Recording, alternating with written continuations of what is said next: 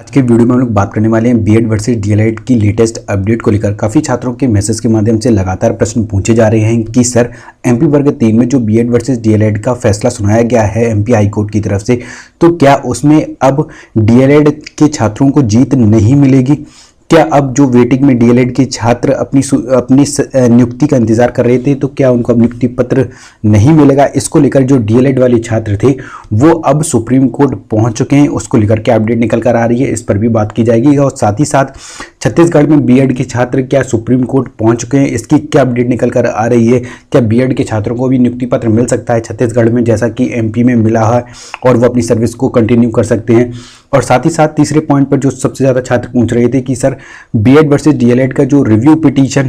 था उसकी सुनवाई को लेकर क्या अपडेट निकल कर आ रही है? और साथ ही साथ 11 अगस्त 2023 में जब बीएड के फाइनल सुनवाई हुई थी बीएड वर्सेस डीएलएड की, उसमें इसके रिव्यू पिटीशन पर जज का क्या स्टैंड रहने वाला है, इस पर भी बात की जाएगी। तो इन सभी पॉइंटों पर बात करेंगे। वीडियो में अंत तक साथ बने रहिएगा। अगर आप चैनल पर नए हैं तो YouTube channel the GSB academy को सब्सक्राइब जरूर कर लें, वीडियो को लाइक करना बिल्कुल भी ना भूलें और इस वीडियो को पूरा अंत तक जरूर देखें। जैसा कि काफ़ी छात्र पूछ रहे थे कि सर बीएड वर्सेस डीएलएड के मामले में जो पुनर्विचार याचिका डाली गई थी कि 16 सितंबर 2023 को इसकी पुनर्विचार याचिका डाली गई थी, जिसका केस लिस्टेड हो चुका है और सुप्रीम कोर्ट में इसकी बहस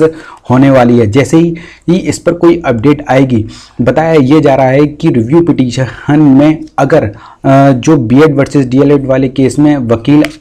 अगर अपना पक्ष अपना तथ्य अच्छे से रख सकते हैं तो बीएड को भी प्राथमिक में शिक्षक भर्ती में आवेदन करने का मौका मिल सकता है। इसको लेकर हो सकता है कि आगे चलकर 3 जजों की एक बेंच निर्धारित की जाए, जिसमें अगर कोई भी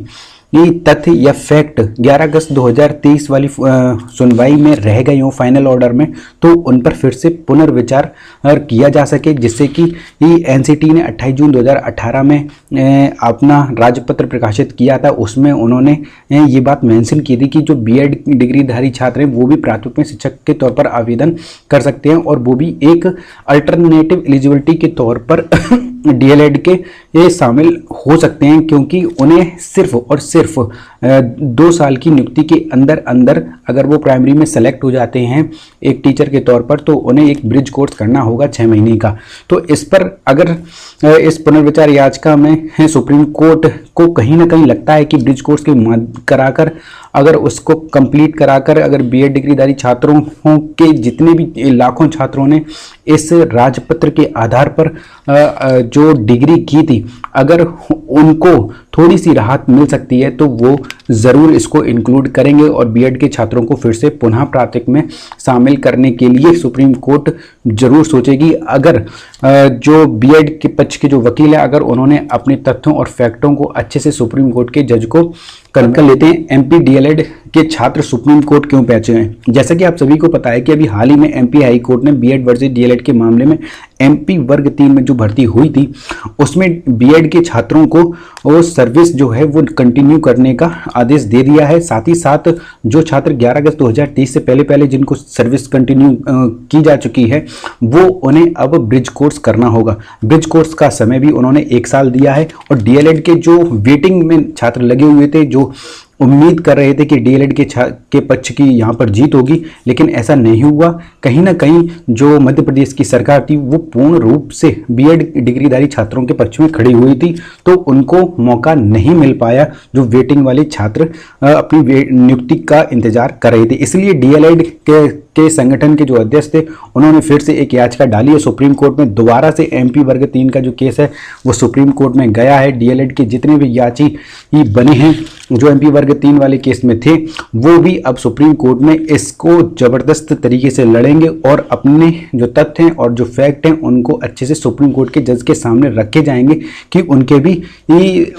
उनके समानता का अधिकार का क्या होगा, उनके जो कानूनी हक था उनका हक क्यों छीना जा रहा है। तो इस पर जैसे ही बहस होगी तो उस पर आपको इस यूट्यूब चैनल के माध्यम से सबसे पहले अपडेट प्रोवाइड कराई जाएगी। इसीलिए इस YouTube channel the GSB academy को अभी के अभी सब्सक्राइब जरूर कर लें। थर्ड पॉइंट पर छत्तीसगढ़ बीएड के छात्र क्यों सुप्रीम कोर्ट पहुंच चुके हैं अपनी नियुक्ति को लेकर। जैसा कि आप सभी को पता है कि छत्तीसगढ़ हाईकोर्ट ने के जो जज थे उनका कहना था कि जहां जो उन्होंने अपना फाइनल ऑर्डर सुनाया था, उनका कहना था कि जहां सुई काम आ सकती है वहां तलवार का क्या काम। इसीलिए डीएलएड के पक्ष में उनका फैसला भी आया था और डीएलएड ये केस जीता भी था और बीएड छत्तीसगढ़ में केस हार गया था। लेकिन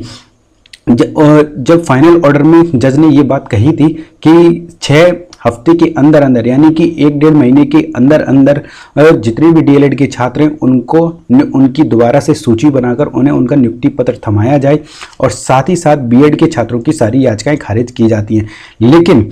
इसको देखकर जब एमपी वर्ग 3 का एमपी हाईकोर्ट ने जो फैसला सुनाया उसके आधार पर अब छत्तीसगढ़ में जो बीएड के छात्र हैं वो फिर से सुप्रीम कोर्ट की ओर जा चुके हैं और वो दोबारा से अपने सभी